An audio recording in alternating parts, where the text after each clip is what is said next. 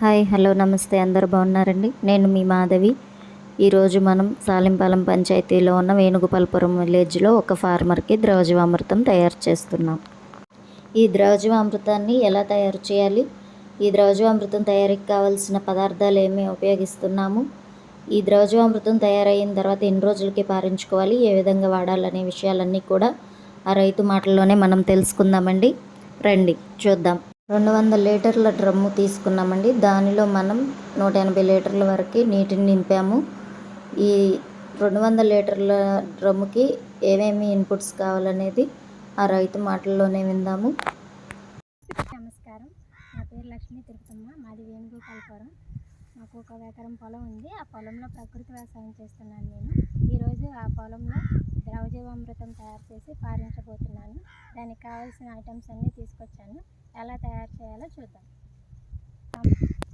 జీవామృతానికి కావాల్సిన పదార్థాలు: 10 కేజీల ఆవు పేడ, 10 లీటర్ల ఆవు మూత్రం, 2 కేజీలు శనగపిండి, 2 కేజీలు బెల్లం, కొద్దిగా పుట్టమన్ను.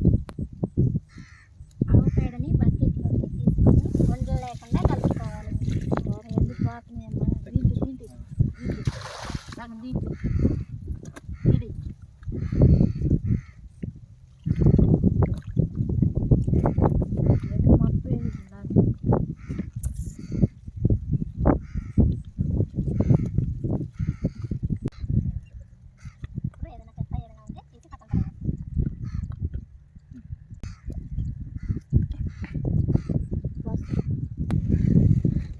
ఆవు పేడను వాటర్లో కలుపుకోవాలి.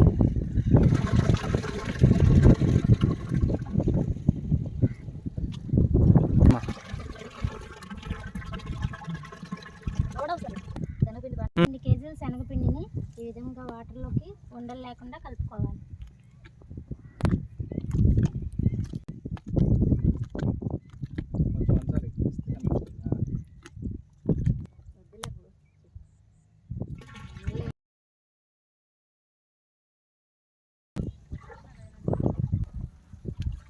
కేజీల బెల్లం బదులు తాటికాయలను ఉపయోగిస్తున్నాను నేను.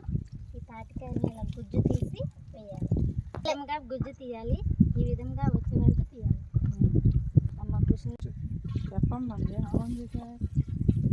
అయితే నీకండి కొట్టమన్ను 10 లీటర్ల ఆవు మూత్రం, గుప్పెడు పుట్టమన్ను వేసుకోవాలి. ఈ మిశ్రమాన్ని సవ్య దృష్టిలో కుడి నుంచి ఎడమకి తిప్పుకోవాలి. ఇలా కలుపుకోవాలి. అన్ని 3 రోజుల పాటు ఉదయం సాయంత్రం తిప్పుతూ ఉండాలి.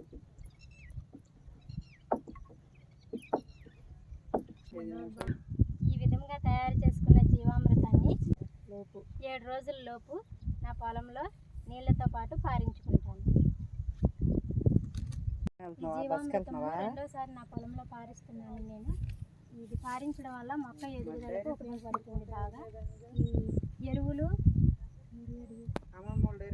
యూరియా, డిఏపి అనేది వాడకుండా ఈ జీవామృతంతోనే మొక్కల ఎదుగుదలకు ఉపయోగపడుతుంది. సూక్ష్మజీవులను రెట్టింపు చేస్తుంది.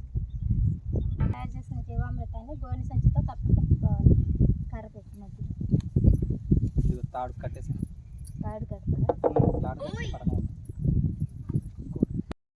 ఇప్పుడు మనం వేణుగోపాలపురంలో లక్ష్మీ తిరుపతమ్మ గారు ఏ విధంగా ద్రవజీవామృతం తయారు చేశారో చూసాం కదండి. ఇప్పుడు మరొక ఫార్మరు నారేపాలెంలో ఉన్న మహాలక్ష్మి గారు తనకున్న 1 ఎకరం పొలంలో ద్రవజీవామృతం తయారు చేస్తున్నారండి. అది ఏ విధంగా తయారు చేశారేంటనేది నా మాటల్లో నేను మీకు వివరిస్తాను. 100 లీటర్ల డ్రమ్మును తీసుకుని దానిలో సగానికి పైగా వాటర్ అనేది నింపారండి. తర్వాత ఆవు పేడ 5 కేజీలు తీసుకున్నారు. ఆ 5 కేజీల ఆవు పేడని కూడా నీటిలో చక్కగా ఉండలు లేకుండా మెత్తగా కలిపేసుకున్నారు. ఈ విధంగా మెత్తగా కలిపిన మిశ్రమాన్ని డ్రమ్లో వేసుకోవాలండి. 1 టీ స్పూన్ ఆవు పేడలో కొన్ని కోట్ల సూక్ష్మజీవులు అనేవి ఉంటాయండి. ఈ సూక్ష్మజీవులే మనకి మొక్కకి ఆహారంగా ఉపయోగపడతాయి. సూక్ష్మజీవులు మొక్కకి ఆహారంగా ఏ విధంగా ఉపయోగపడతాయి అనేది చెప్తాను. ముందు మనకి మొక్కకి ఆహారం ఎక్కడి నుంచి వస్తుందండి? సూర్యరశ్మి నుంచి వస్తుంది అనుకుంటాము. సూర్యరశ్మి నుంచి ఒక 30% ఆహారాన్ని ఆకులు గ్రహిస్తాయి. ఒక 40% కాండం గ్రహిస్తుంది. మిగిలిన 30% కూడా కాండం ఆకుల ద్వారా కాండం ద్వారా వేర్ల వ్యవస్థకి ఆహారంగా వెళ్తుంది. అప్పుడు ఏమవుతుంది, అక్కడ వేరు వ్యవస్థ విసర్జించిన ఆహారాన్ని అక్కడున్న సూక్ష్మజీవులు తిని అక్కడ అవి విసర్జిస్తాయి అన్నమాట. ఆ విసర్జనే మొక్కకి ఆహారంగా మొక్క ఎదుగుదలకి ఉపయోగపడుతుంది. ఈ విధంగా మనకి మొక్కకి ఆహారం అనేది సూక్ష్మజీవుల ద్వారా అందుతుంది. అదేవిధంగా శనగపిండిని కూడా ఉండలు లేకుండా చక్కగా కలిపి వేసేసుకోవాలి. ఈ శనగపిండి బెల్లం కూడా అలాగే ఉండలు లేకుండా కలిపి చక్కగా కరిగిపోయిన నీటిని వేసేసుకోవాలి. ఈ రెండు వేయటం వల్ల ఏంటంటే సూక్ష్మజీవులకి మనం ఆహారాన్ని అందిస్తున్నాం. అవి ఆహారం తీసుకుని ఇంకా ఎక్కువ రెట్లో సంఖ్యలో అవి సూక్ష్మజీవుల్ని ఆ డ్రమ్లో తయారు చేసుకుంటుంది అన్నమాట. ఆ విధంగా తయారు చేసుకున్న సూక్ష్మజీవుల్ని మన పంటలో పారించుకోవటం వల్ల మన పంటకు కావాల్సిన పోషకాలు అనేవి పుష్కలంగా మన పంటకి అందిస్తాయి. ఈ విధంగా ఆవు పేడ వేసాము, అదేవిధంగా శనగపిండి వేశారు, బెల్లం కూడా కరగబెట్టి వేశారు. తర్వాత ఆవు పంచకం ఒక 5 లీటర్లండి, అదేవిధంగా పుట్టమన్ను ఇవన్నీ కూడా నా డ్రమ్లో వేసుకోవాలండి. వేసుకుని చక్కగా సవ్య దిశలో చక్కగా తిప్పుకోవాలి. ఈ విధంగా తయారు చేసిన మిశ్రమాన్ని మనం పంటకి ఎప్పుడైతే నీటిని అందిస్తామో ఆ నీటితో పాటుగా పారించుకోవచ్చు. లేదు అనుకుంటే పంట 90 రోజులు దాటితే అప్పుడు మనం స్ప్రేయింగ్ అనేది ఇచ్చుకోవచ్చండి. ఈ విధంగా 800 లీటర్ల వరకు కూడా మనం ద్రవజీవామృతాన్ని మన పొలానికి పారించుకోవచ్చు. ఇలా చేయటం వల్ల ఏమవుతుందంటే మొక్క ఎదుగుదల ఉంటుంది. అదేవిధంగా మనం యూరియా డిఏపీలు వాడకుండా ఈ ద్రవజీవామృతం ఒకటి వాడితే సరిపోతుంది. మనకి ఖర్చు లేని వ్యవసాయంగా ఉంటుంది. మనం ఆదాయం కూడా తీసుకుంటానికి ఉంటుంది. మంచి ఆరోగ్యాన్ని పొందుతాము.